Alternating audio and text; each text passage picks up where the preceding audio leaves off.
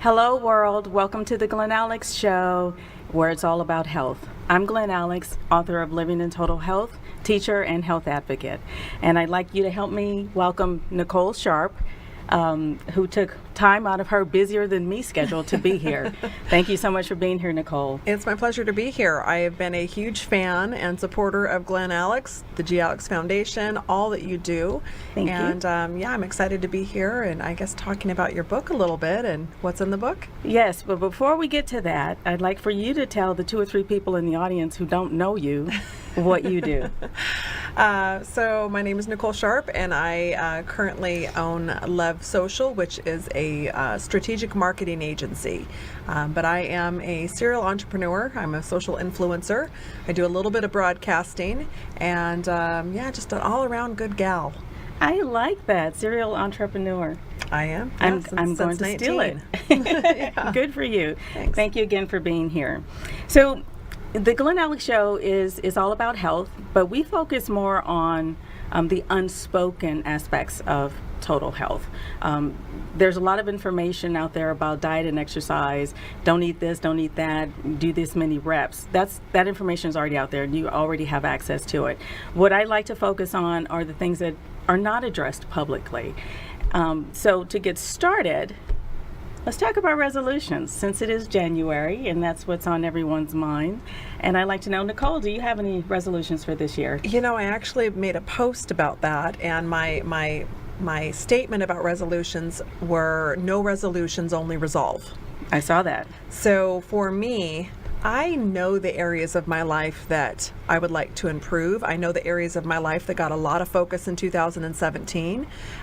So there's nothing new into the mix as far as saying, you know, this year I would like to take a course on pastry, being a pastry chef. Okay. I don't have anything like that. For me, it's just those core principles of life and that bring me bliss and zen. So just more resolve to keep those in focus and keep my priorities in focus so I don't lose track and get lost on the small stuff.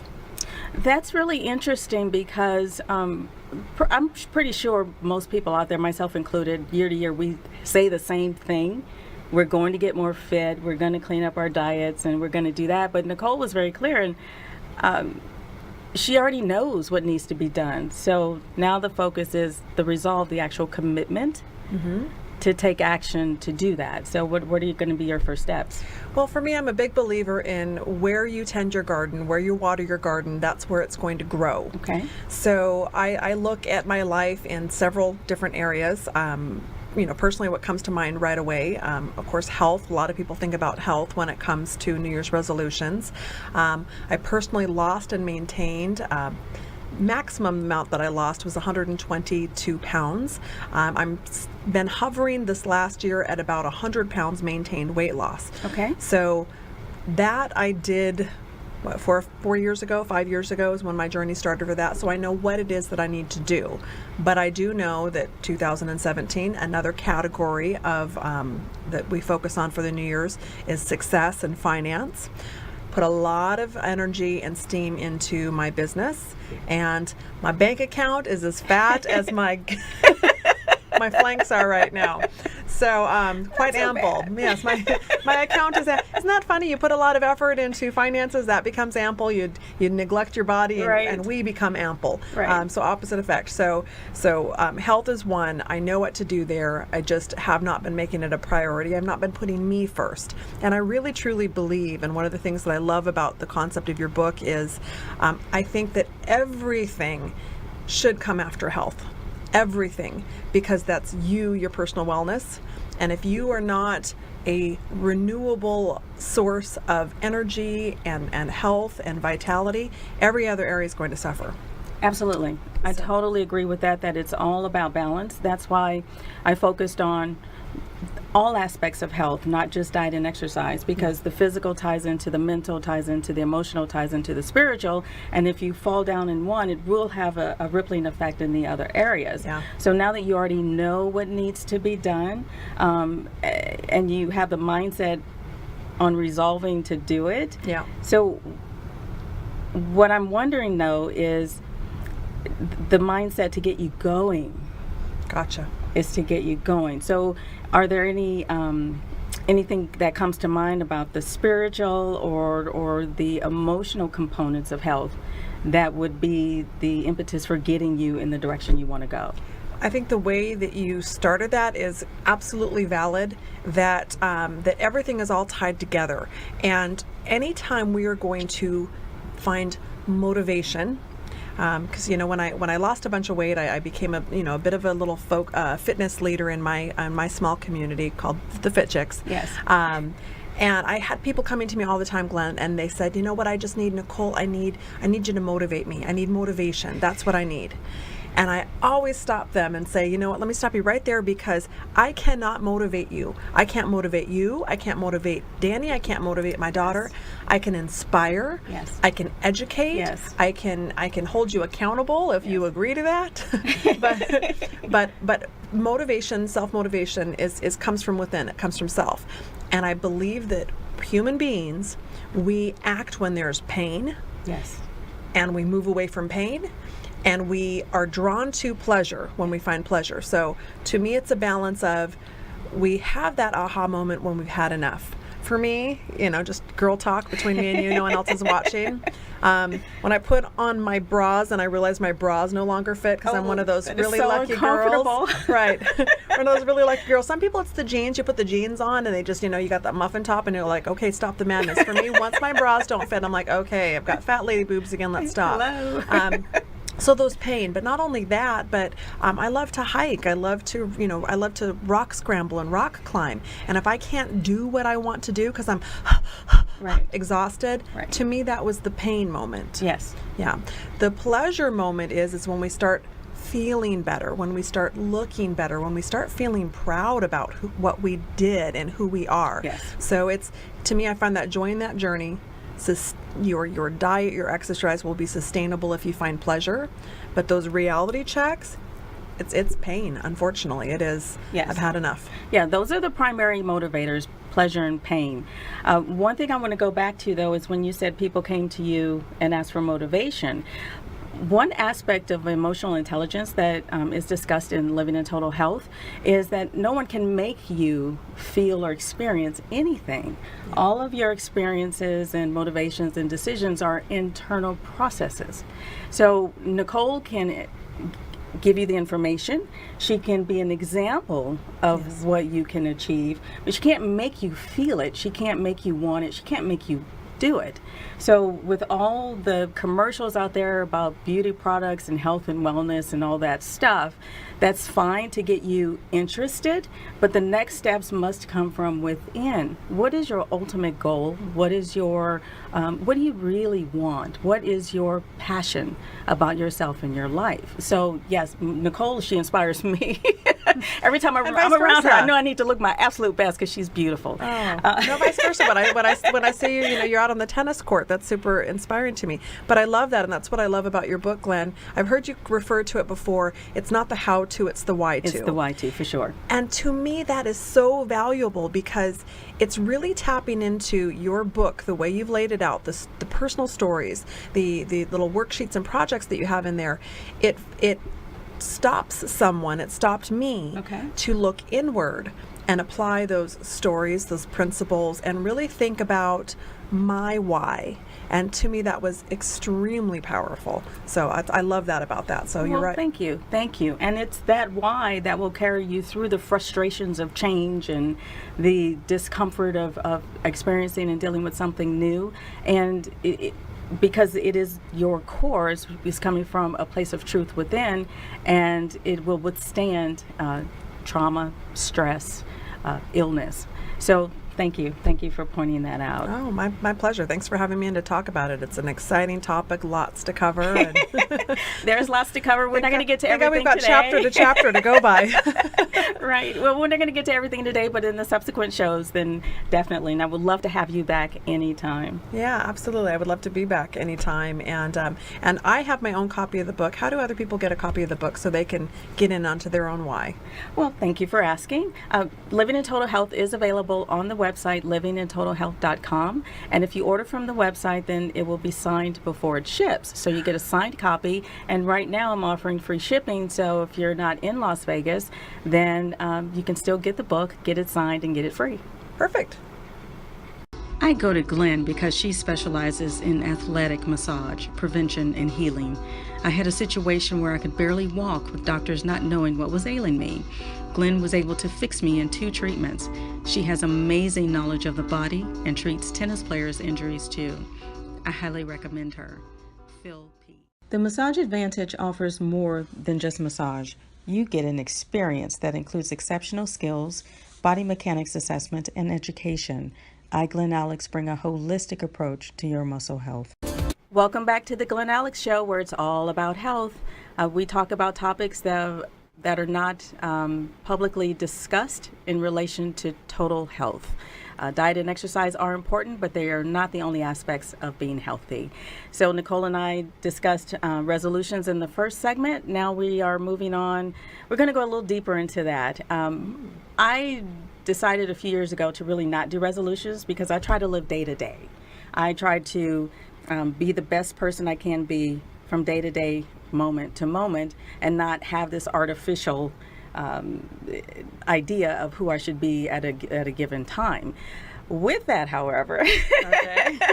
Just this week, I've had 3 situations where there were boundary issues. Had specific agreements with 3 different individuals, personally and in business, and there have been violations. We've had very clear, specific agreements. Some were in writing, some were verbal, and they've all been violated in this short period of time. So that is a call to me. You asked me earlier, what am I attracting? So I need to take a look at what is going on in my world that is allowing this to happen or drawing it to me. So firming up my boundaries, it will be on my radar for this year. Okay, so now for people listening, you seem to be a very assertive person. I know you to be a very assertive person. And in fact, one of the things that I've complimented you on before is being very clear in setting boundaries and communicating with people in a way that maintains your composure and maintains your reputation, your dignity, all of that. I've been super impressed with that. So I'm surprised that you have that issue. And I did ask him, like, what areas do you have any stress in? Personal, family, business? And you said all yes. And I'm like, okay, then that's you. There's something happening with you. There's something here. Because I think most people listening would say that, okay, she's articulate and an assertive, positive personality. So speaking verbally, there probably isn't a lot of gray area. And you just said one of the boundaries that was written was in writing. So it's kind of, I tend to usually give people the benefit of the doubt when they roll over with me with their truck the first time. I'm like, no, it's okay. I know it was an accident. You've got insurance. It's fine. When they back that truck up and roll over me again, I'm like, okay, that was intentional. Done. Yes. So how do you set a boundary when you have, for example, set a boundary in writing? Well, the first thing is after setting the boundary, then you have to reinforce the boundary. You can reinforce the boundary verbally with follow-up, or you can do it tangibly. Okay. So if someone is calling you late at night, you've asked them not to do that. You pick up the phone and say, I'm on my way to bed, don't call me. Then the next step for me would to be, don't answer the phone. Gotcha. And then the step after that would be to block their number. Gotcha. If they continue to disrespect my request. In these cases, I'm pretty assertive. I'm pretty clear. Yet some people still think there's a loophole where they can make unilateral decisions that affect my resources, financial, time, and energy, Gotcha. and be okay with that. And when I'm not, so I can be pretty firm. I had a sister describe my anger as venom. So I'm working on I know I needed to work on the balance between holding people accountable, Right. and not being a bitch about it. Right, right. Or maybe closing off, repairing or leaving some room for maybe them to repair Yes. an error. Yes. Maybe opening up a dialogue or a conversation to find out what your part was in it. What gave you the impression that what we had written in this agreement would be okay to now do B instead of A. Yes. So maybe being open to see what your part was in it. Because sometimes it's really easy where I'm like, okay, I told you not to call. I picked up the phone. I said, don't call, but you picked up the phone. And then you stop picking up the phone. Sometimes it's not that cut and dry. So I would think that would probably it for me when I see someone does something wrong to me, what I consider wrong. Mm-hmm. I usually tend to internalize and think, okay, now how could I have done that better? Sometimes that's gotten me in trouble in the past, and Okay. you know that. Yes. That I've, let me fix you. I'm super Yes. smart. I'm Yes. brilliant. I can make Yes. this work. Well, there's a difference between giving people the benefit of the doubt and letting them off the hook. Okay. I am very purposeful about not letting people off the hook. This is what we agreed to. These are the consequences. And if anything changes for you, then let's have a conversation about that. The difference between having a conversation and making adjustments in the agreement and then walking off, making a decision for me, that's the issue that I have. So that is something that I need to look at, and you're right, there's something that's I'm attracting because it's happened in such a short period of time in Right. different areas of my life. What I think is important for the audience to get from this, though, is that in your New Year's resolutions and any goals you have in life about fitness or education or career, then boundaries are going to be critical in you being able to do that. Because when you introduce something new into your circle, your family, your work relationships, there will be some pushback because people are uncomfortable with change and they will impose that discomfort on you. So even family, even spouses, they will, under the radar, work to keep you the same because that's where their comfort zone is. Yeah. So with appropriate boundaries and reinforcement of those boundaries, then you can have a healthier, happier life. It's not going to be easy. Don't get me wrong. Saying no is not the easiest thing all the time, or even sometimes. However, it is the necessary thing if you want to take that next step and be the healthiest you can be in the different areas. Yeah. So I have some work to do. I know that. All right. So are you expecting like a moment of epiphany where you'll be like, oh, this is what I did, or this is where I need to make an adjustment? How does that process work for you? Is every person able to self-assess them, or do you need to sometimes maybe go to a friend or a coach or a counselor? When do you seek a professional? Well, first I will say, what could I have done differently? I try to take responsibility for my part in any interaction, issue, problem, whatever, just as you alluded to earlier. If I'm not getting any clarity with that, then I will do a reality check. I will send a text or call a friend, someone I trust, my longtime mentor, and say, hey, am I seeing this clearly? How do you see this? Give me some feedback. So we do need objective reality checks. So you have to make sure that the people around you have your best interest at heart and are less interested in keeping you where they are comfortable.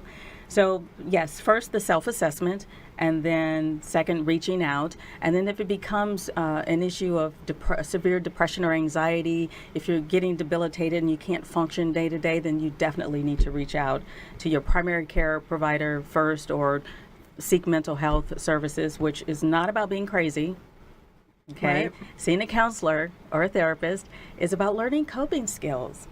Okay. Did you know how to drive when you first got in a car? No, you have to learn step by step what to do. It's the same thing with mental and emotional issues. Yeah. We need help sometimes. Yeah, and you're right. And I think sometimes you do need to go to a professional beyond your circle of your mentors or your families or your friends. I have a family member that is struggling with depression, and she came to me, and I listened and I heard and I loved and all of that. And I recommended that she needs to move on to either a psychologist or maybe a Yes. psychiatrist, and she was absolutely opposed to that. And I kind of gave her the example. I'm like, look, you can come to me all day long and talk about how frustrated you are that your teeth are crooked. And I can relate. I can maybe give you some tooth floss and give you some pretty lipstick to keep from people from looking at your teeth or you feeling better about your mouth. But ultimately, if she wants her teeth fixed, She has to see a professional. she's got to go to an orthodontist. I'm not an orthodontist as Yes. much as I can commiserate and listen. And I think that that's something that a lot of us can get into, that we band-aid our problems with our friends, maybe with drinking, maybe with food, maybe with, shutting ourselves off to the world. And that's when those other areas of health affect your total and your overall health. Yes. So Absolutely. Just don't be afraid to reach out, because the help is there. And in the therapeutic process, you have a safety net. You can say things in the therapeutic session that you would not dare to say to anyone else. You can make disclosures, you can make confessions, you can say things that will help you relieve the stress, the pressure, the tension, the frustration, the anger, the depression in a way that you can't get with a familiar person. I love it. Great topic, Glenn. Once again. Thank you. I'm Glen Alex, and I love cruise control gear. I've worn this line of high-performance clothing for 8 years, and the quality lasts. I wear cruise control for tennis, for working out, for my massage uniform, and for my charity events exclusively. Volunteers love the line, participants love the line, and everyone who wears cruise control instantly knows it's high quality. Glen Alex loves cruise control gear, and you will too.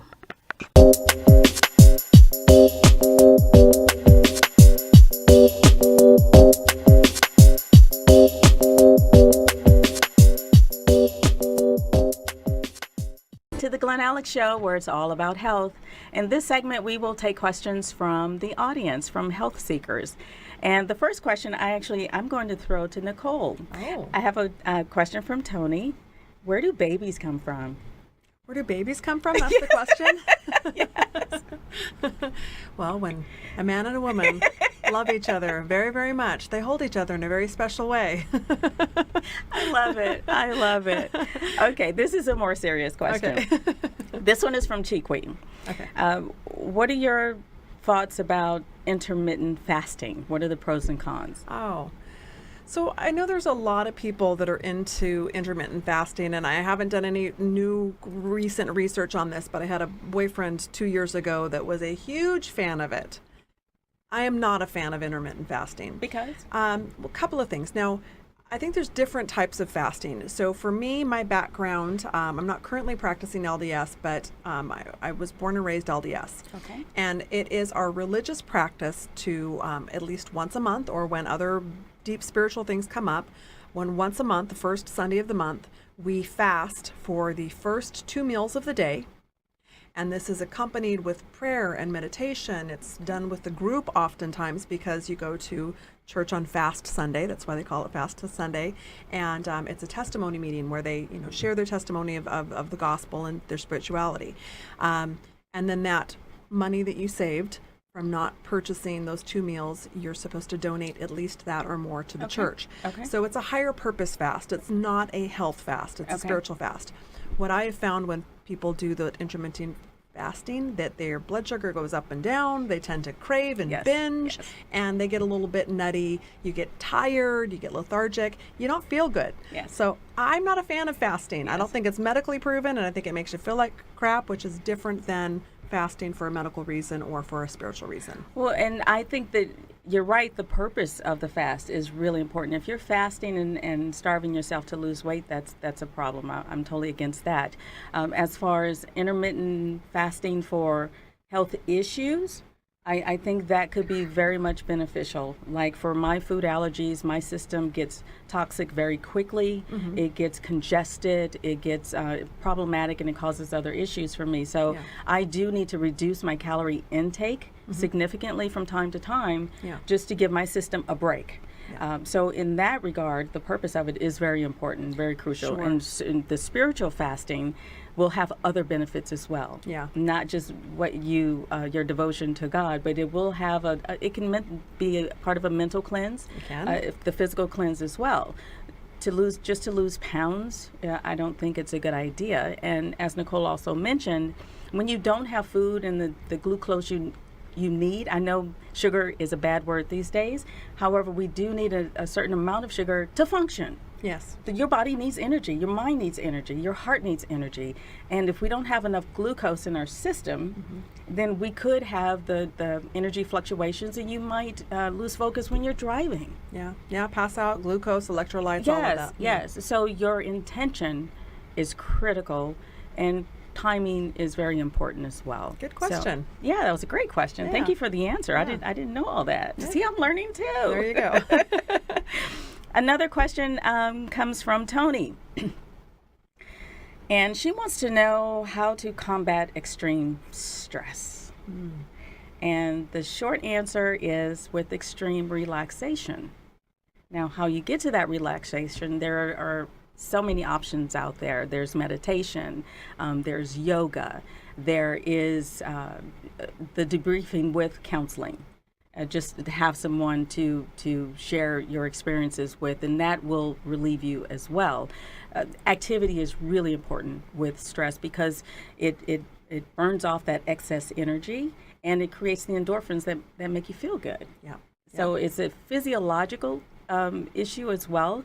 So again, you combat extreme stress with extreme relaxation and finding a practice that fits for you and in your lifestyle that will help you maintain some emotional equilibrium. Perfect. Okay. I found that kayaking on Lake Mead on the first of the year. Oh, that looked really fun. Beautiful environment. Really I was stressed. I was pissy the night before. I'm like, oh, I'm alone. And woke up with a bad attitude. And for me, I put myself into nature, do something physical, and it was it was perfect. And Just water, what the doctor ordered. big bodies of water can have a soothing effect as well, and Yeah. which is why I try to get to the ocean as much as I can when I'm in California. Nice. Toes in Yeah. the sand. Yes. Highly recommended. Yes. Great question, Tony. Thank you. We have one more. Okay. This one comes from Mike, and he wants to know the role played by diet and exercise, how those fit into one's emotional well-being. Want to take that one? Well, I think that for each person it's different. For me, it is very much nutrition, diet, exercise is very much wrapped up in my emotional health. If I do not feel like I have energy, if I'm proud of myself for what I've done that day, it directly relates to my mood. Now, I'm not a doctor. But you play one on TV. I play one on TV. But I mean, that's why we hear the term emotional eater. You you try to find your answers in the bottom of the container of the Ben and Jerry's. Yes. They're not there. They are not there. But yeah, so I think that diet, exercise, nutrition is very much wrapped up in one's emotional well-being. Just what you just said with the stress. Yes. You become stressed out, and if you are taking care of yourself, if you're exercising, if you're going and getting that regular massage, if you are putting good things into your body, you're going to feel good. And when you feel good, you do makes good. for happiness. Yes, it does. And I'll add to that. Let's look at it in the reverse direction. Instead of how does diet and exercise play into my emotions, let's look into how your emotions play into your diet and exercise.